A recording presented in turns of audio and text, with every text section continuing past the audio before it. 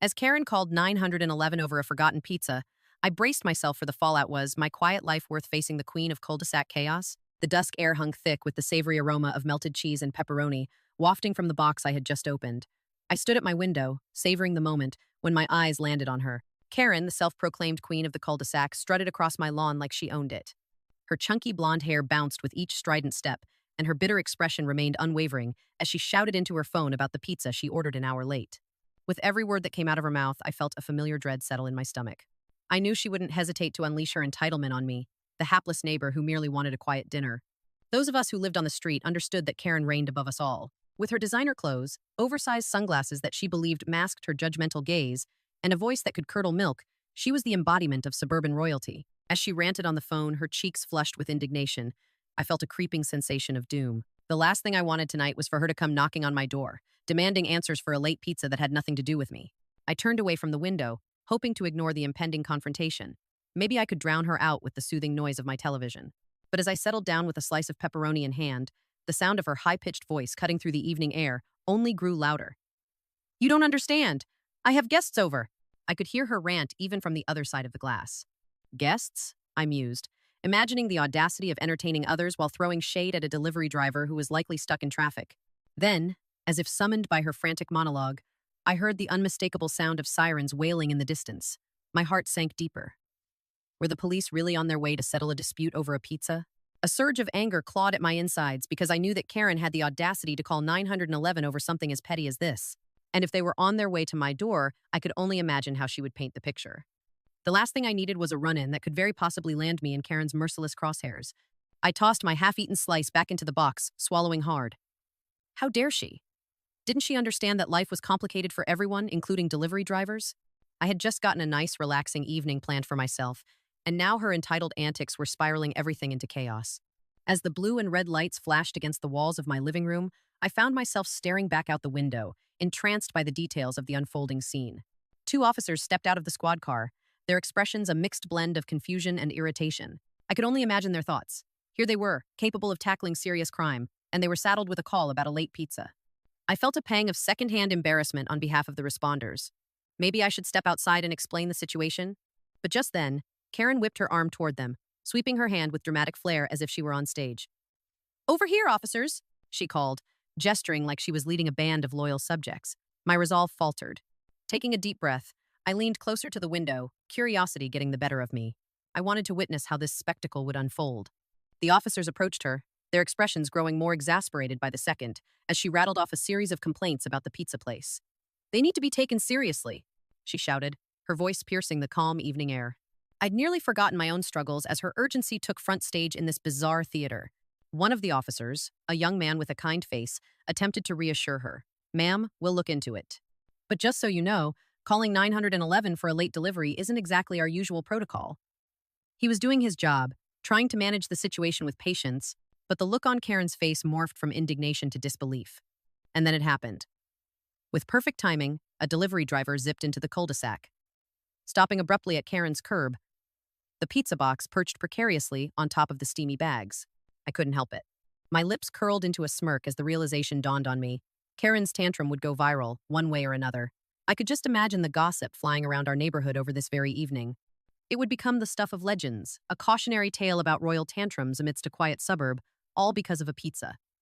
I couldn't wait to see where this would lead. Ignoring the warning signs, I peered out into the darkness beyond my front door while the evening light faded into an inky blue with the onset of night. The street lamps flickered to life, illuminating the quiet neighborhood I cherished until tonight. As I stepped off my porch and into the cool night air, my heart raced with trepidation.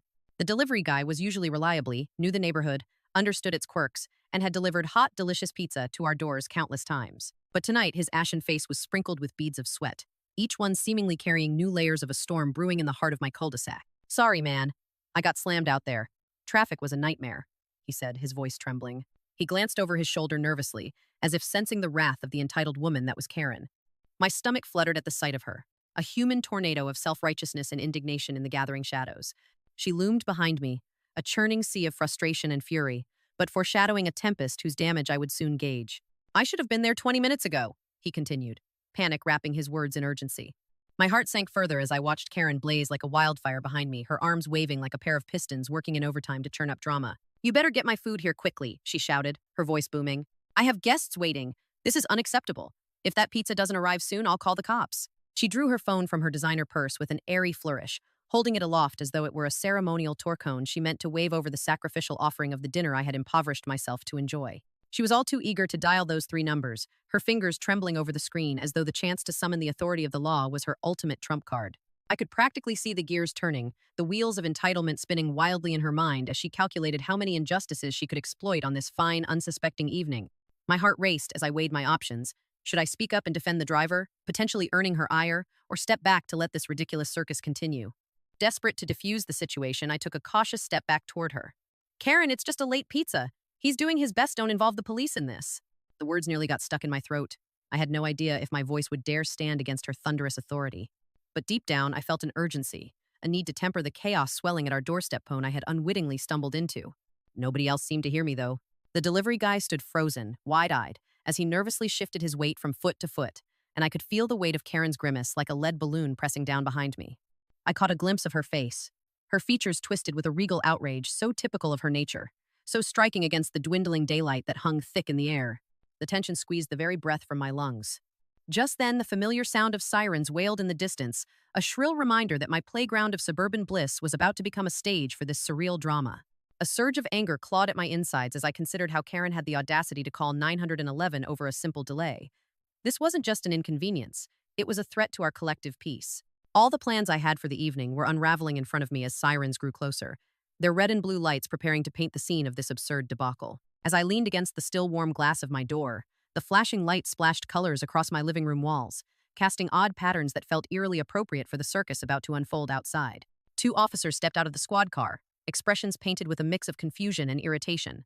I imagined their thoughts, designed for serious matters, now burdened by this petty issue involving late pizza delivery and agonizing display of rare stupidity. Would they think I had something to do with it? I cringed, swamped by embarrassment on behalf of the responders, my body stiffening at the impending confrontation. Karen, however, wasted no time. She whipped her arm toward the police officers with a dramatic sweep, her voice cutting through the evening air like a chainsaw through silent timber. "Over here, officers," she commanded, a queen summoning her loyal subjects in a realm ruled by chaos. My resolve crumbled the moment she gestured. It seemed that, for all her audacity, I had become the reluctant pawn in her game. Uncertain but curious, I leaned closer to the doorframe as irritation boiled in the pit of my stomach. How would this scenario continue to unfold? Would the officers simply laugh and dismiss her lamentations as silly? Or would they engage her, feeding this train of preposterous entitlement? With the delivery driver standing awkwardly in the background, I could only brace myself for the fiery collision that Karen's over-the-top antics were sure to ignite. Night had fully enveloped the neighborhood, and the silence that usually wrapped my home like a cozy blanket faded into the cacophony of approaching sirens, each wail piercing through the tension I felt. Karen, her voice taut with urgency, jabbed her finger toward the sky, crafting a story from thin air. "Yes, hello, I need police assistance. My dinner has been hijacked and the provider is still not here. It's outrageous." Each word she uttered seemed to thicken the atmosphere around me, transforming the ordinary night into a scene teetering on the absurd. I glanced back at the delivery driver, who was frozen in disbelief, the original source of her ire. He looked as if he'd rather face a firing squad than stand under Karen's judgmental glare. I couldn't blame him. The sheer force of her entitlement was palpable, seeping into the very fibers of the air I breathed. My stomach churned, and bile crept up my throat as unwelcome thoughts spiraled through my mind. What would happen next? How could I save this situation from unraveling into a full-blown spectacle? The sirens grew louder, and in my panic, I found myself stepping forward, despite a deeply ingrained caution that screamed at me to retreat. With every nerve jangling and my heart hammering against my ribs, I blurted out, "Karen, please stop. This is insane. It's just pizza." My voice felt tiny, drowned beneath the weight of her indignation and the rumble of the siren growing nearer. I could see the flickering lights reflect off the windows of nearby houses, casting eerie shadows of my neighbors who peered out to witness the absurdity unfolding. At this moment, the ground felt like it was shifting beneath my feet, and time slowed as I grappled with the reality that a simple pizza order had led to this my life spiraling into near madness courtesy of Karen. The blaring sirens paused only momentarily to herald the arrival of the officers, who emerged from their cruiser with looks of confusion that mirrored my own. As they approached, I could almost hear the collective thought, "What kind of farce is this?" Their expressions were both serious, yet incredulous a mixture. I found oddly comforting amidst the chaos. "Good evening. What seems to be the problem here?" the taller officer called, eyebrows raised at the frenzied display Karen was orchestrating. Her arms flailed as she spun an exaggerated narrative, describing how she was being tortured by the unimaginable trials of delayed pizza. I'm certain she painted me as a villain, with malicious intent, though she hardly needed to embellish any further. I could feel the heat rising in my cheeks as the remnants of my dignity hung by a thread, poised precariously on the edge of embarrassment. As they listened to her, the second officer, a stocky man with a mustache that screamed authority, turned his head slightly as if to throw the responsibility of this bizarre incident back onto me. "Ma'am, is there any truth to what she's saying?" I felt their gaze burn through my skin like a spotlight, exposing all my insecurities for the world to witness. With Karen still raging in the background, I felt like a deer caught in the headlights. Well, my voice broke, and anxiety twisted my stomach tighter than a vice. She called to complain about a late delivery. I mean, I totally get that it's frustrating, but I had almost felt like a peacemaker. But the absurdity of my role in this scenario crashed against the walls of my pride, forcing me to swallow hard. Would the irony be lost on them?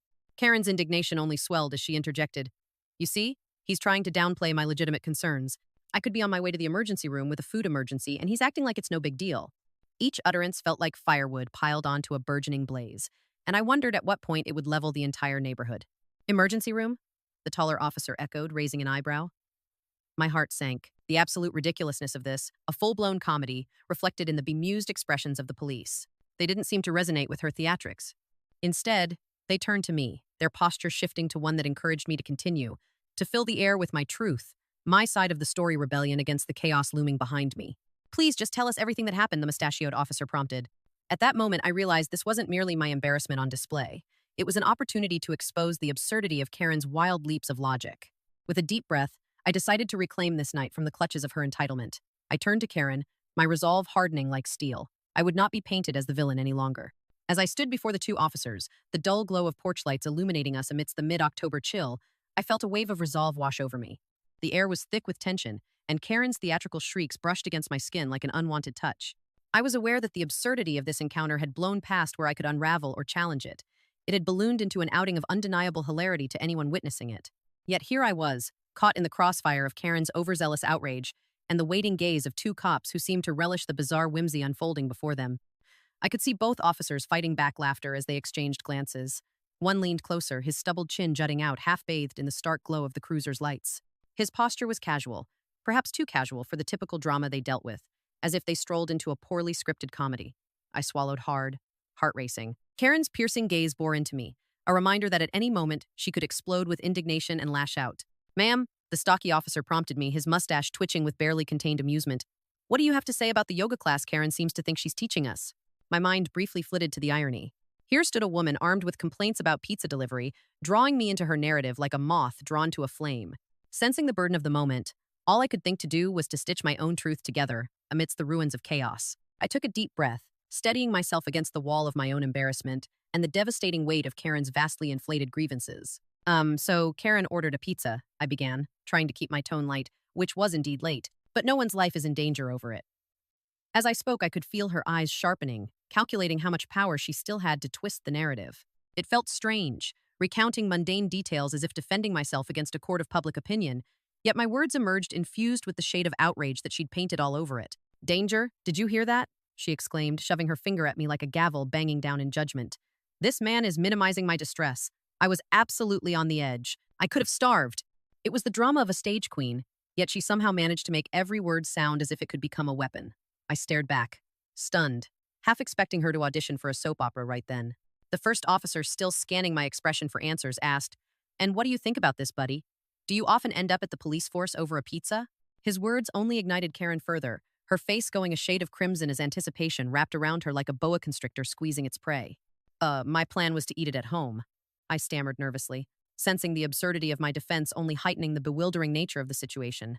"Look, I don't want any trouble with any, especially not with her, but Karen's just taking this way too far. I mean, it's dinner, it's late. We all get that stuff happens sometimes." I gestured vaguely, my instinct to diffuse the chaos battling against the embarrassment of being enveloped in such a ridiculous dispute. Karen let out a scoff, her arms folded tight across her chest, a fortress of superiority. "A person should not have to suffer. There are rules, there are ethics, and the law must react to this outrage." But in the audible silence that hung in the air, I sensed it. The officers were more amused than concerned. The chaos that Karen sought to inflict turned lighter under their bemusement, like a misplaced sketch being reviewed for punchlines rather than justice. Just then, the second officer remarked softly, almost to himself but loud enough for my ears to catch, "This has got to be my favorite call of the night." And that was it. That tiny crack in their professionalism unlocked a wave of weird camaraderie I'd never experienced amid confrontation. Suddenly, the tension didn't paralyze me so much as it allowed moments of levity to bloom amid anxiety, as I considered beneath it all, that sometimes absurdity holds more weight than the anger behind it. I glanced at Karen, her facial furrow deepening with every beat of laughter from the officers. It felt like a pressure cooker turning from steam to a slow, controlled simmer. The officer who had asked me to recount my story leaned into the absurdity, as if gauging its potential. "Well then, ma'am," he said, with a hint of deli window teasing in his voice, "we are not Pizza Patrol, and whatever distress you're experiencing is not a matter for the police. Can you kindly return back to your dinner?"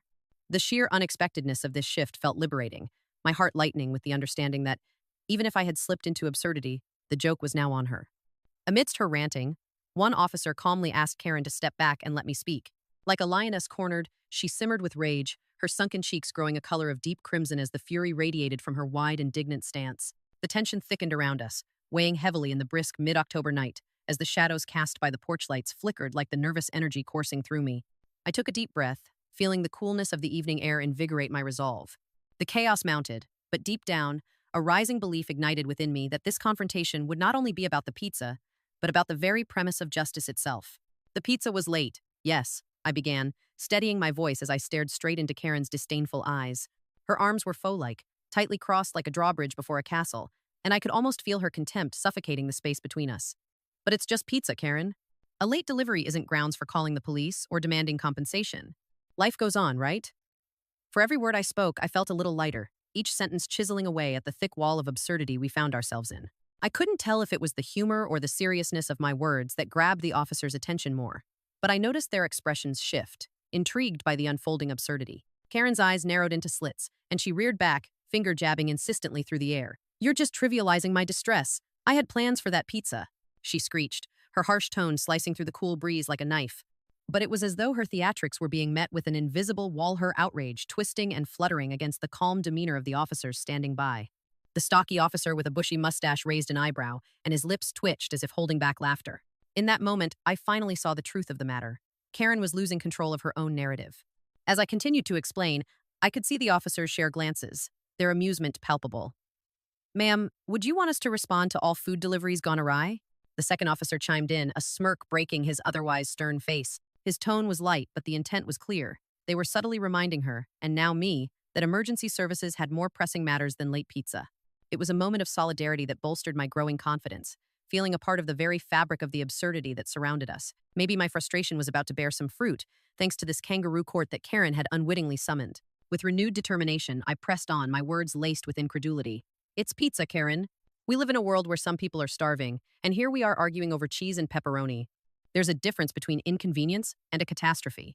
I could feel the fire in my belly light up, igniting something primal within me that demanded not just respect but reason. The officers chuckled at my comment, the atmosphere lightening just a touch as they watched the tension reorient from me back towards the fuming figure of Karen, who looked like she had bit into a lemon. "Life goes on? Oh, please," Karen thundered, fattened by her rage.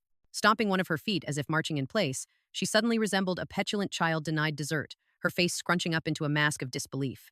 In that moment, her performance did not just symbolize her entitlement. It reflected the desperation of her need to maintain control over this encounter that had spiraled far beyond her wildest expectations. I saw the laughter in the officer's eyes, now no longer masked sympathy, but a full-blown embrace of the absurd spectacle that had unfolded amidst their otherwise routine duties. Observing the scene, I felt a shift of realization that even in the realm of ridiculousness, I could reclaim my power and let yet another layer of the truth roll off my tongue. The police were, unexpectedly, my allies in this bizarre dance against Karen. They remained professional as they exchanged amused glances, pitting Karen's disgruntled stance against the backdrop of their shared witticisms. It was a revelation. Perhaps this was what justice looked like on a quirky Tuesday night, thick with cheesy toppings and a side of humor. As the officers turned back to Karen, the mustached officer addressed her with firm yet lighthearted authority. "Ma'am, just to be clear, calling 911 because of a late pizza is not an appropriate use of emergency services. We need to reserve our response for, actual emergencies. You shouldn't worry too much, it's just dinner." His words rang out like a bell-tolling liberation for me, and as they resonated through the chilly night air, I knew justice was not just about order, but also about accountability and a hearty laugh when needed. The cops continued, providing her with a gentle yet firm reminder of the absurdity of her position. Amid this churning sea of conflict, I felt something profound shift within me, dispelling the weight of fear that had loomed large. I realized then that even in the face of entitlement, kindness, and humor could indeed prevail. Perhaps the absurdities of our lives could be our greatest teachers in the quest for justice, one absurd pizza drama at a time.